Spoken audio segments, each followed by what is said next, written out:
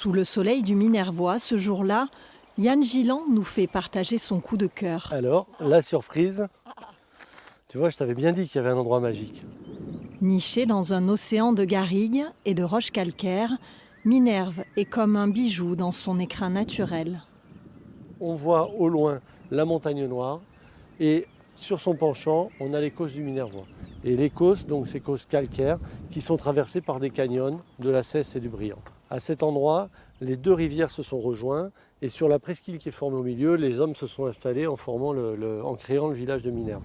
C'est vraiment une place naturelle, une place forte naturelle.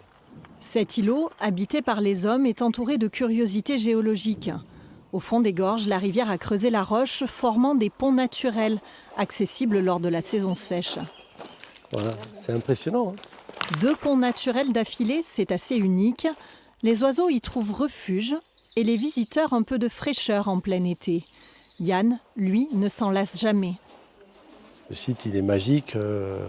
L'été, l'hiver, même si on ne peut pas s'approcher partout, mais on va avoir des couleurs qui vont être différentes en fonction du soleil, de l'incidence du soleil. La roche va changer de couleur.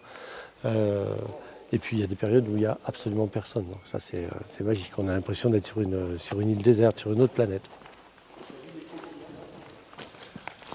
Voilà, première vision sur le village. Le pont, l'église, les fortifications. Et c'est une riche histoire qui s'est déroulée à l'abri de ces remparts.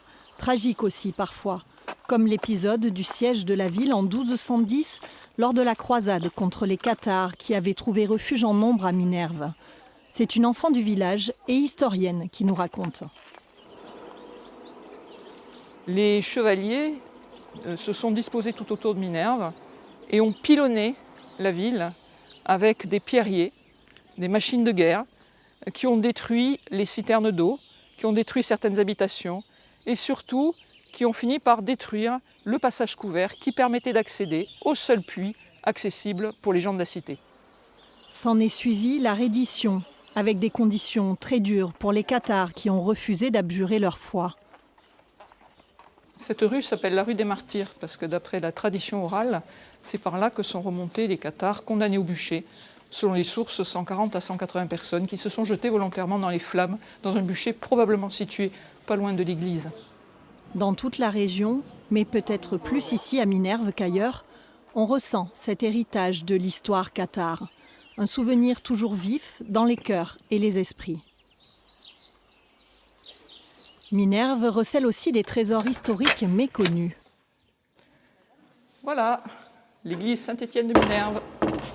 Dans le cœur de cette église romane trône un massif autel en marbre blanc de Carrare. C'est le plus vieil hôtel de France. Ici, on peut voir l'inscription « Rusticus anno trigesimo episcopatus sui fieri fecit ».